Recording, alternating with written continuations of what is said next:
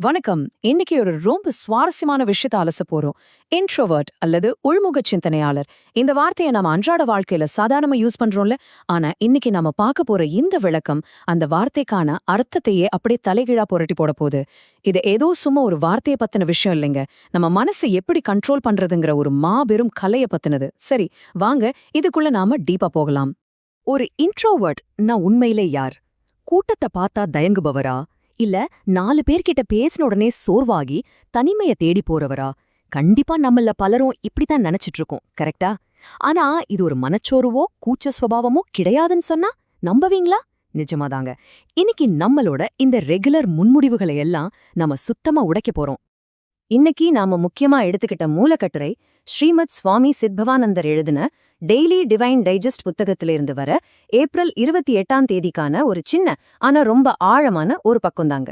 20ஆம் நூற்றாண்டின் நடுவுல எழுதப்பட்ட இந்த ஆன்மீக குறிப்புல ஒரு ஸ்பெஷாலிட்டி இருக்கு.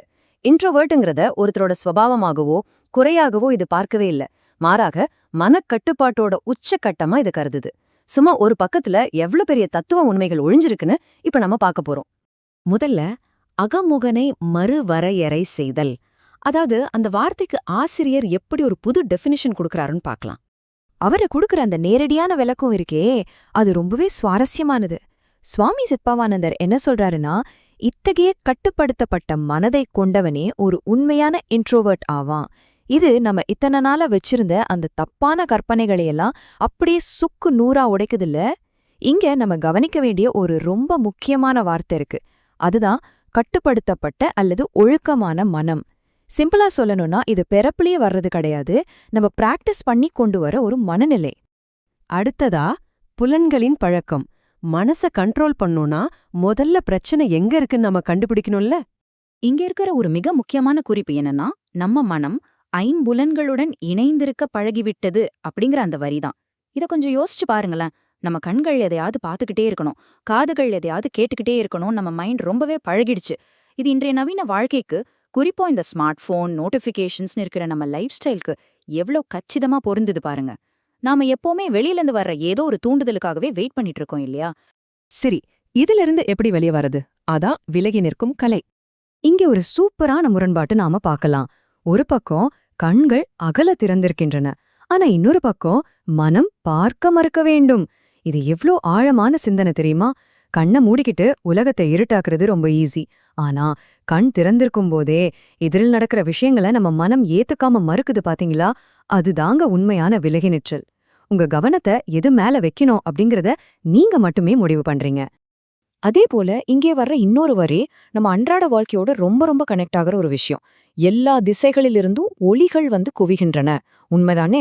டிராஃபிக் சத்தம், ஃபோன் ரிங்டோன், சோஷியல் மீடியா இரைச்சல்னு எல்லாமே நம்மள நோக்கி குவியுது. ஆனா ஒருத்தன் அவற்றுக்கு செவி சாய்க்காமல் இருக்க பழக வேண்டும் அப்படின்னு ஆசிரியர் சொல்றாரு. இது ஏதோ தற்செயலா நடக்கிறது கிடையாதுங்க. நம்மள டிஸ்ட்ராக்ட் பண்ற விஷயங்களை கட் பண்றதுக்கான ஒரு தெளிவான கான்ஷியஸான சாய்ஸ் இது. அடுத்து உயர்ந்த சிந்தனைகளில் திளைத்தல். நாம ஏன் உலகத்திலிருந்து நம்மளை இப்படி துண்டிச்சுக்கணும்? அதுக்கான அல்டிமேட் இலக்கு இதுதான். இந்த மொத்த தத்துவத்தையும் நாம ஒரு பிராக்டிக்கலான ட்ரெய்னிங் மெத்தடாவே பிரிச்சுக்கலாம். முதல் படி, நம்ம மனசு ஐம்புலன்களுக்கு அடிமையா இருக்கிறத நாம ரியலைஸ் பண்றது. 2வது படி, கண் திறந்திருந்தாலும் பார்க்க மறுக்கிற அந்த விலகி இருக்கிற கலைய பிராக்டிஸ் பண்றது.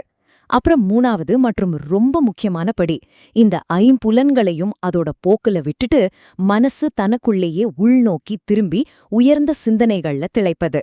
எப்போ உங்க மனம் இந்த மாதிரி உயர்ந்த உள்நோக்கிய சிந்தனைகள்ல திளைக்குதோ அப்போதான் உங்களோட பயிற்சி முழுமையடையுது.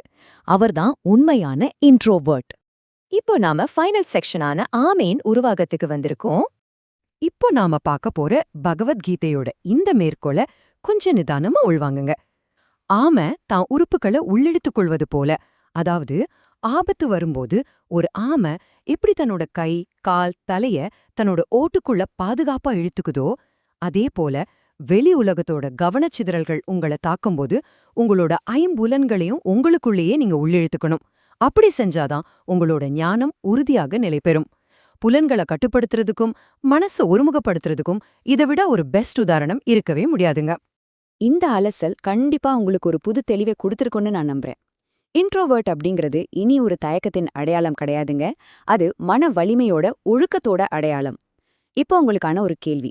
நாலா புறத்திலிருந்தும் டிஜிட்டல் சத்தங்களும் டிஸ்ட்ராக்ஷன்ஸும் வந்துகிட்டே இருக்கிற இந்த சூழல்ல இன்னைக்கு உங்களோட புலன்களை ஒரு ஆமைய போல நீங்க எப்படி உள்ளே இழுத்துக்க போறீங்க? இந்த கேள்வியோட நான் இதை நிறைவு செய்றேன். இதை பிராக்டிஸ் பண்றதும் பண்ணாததும் இனி உங்க கைகள்ல தான் இருக்கு.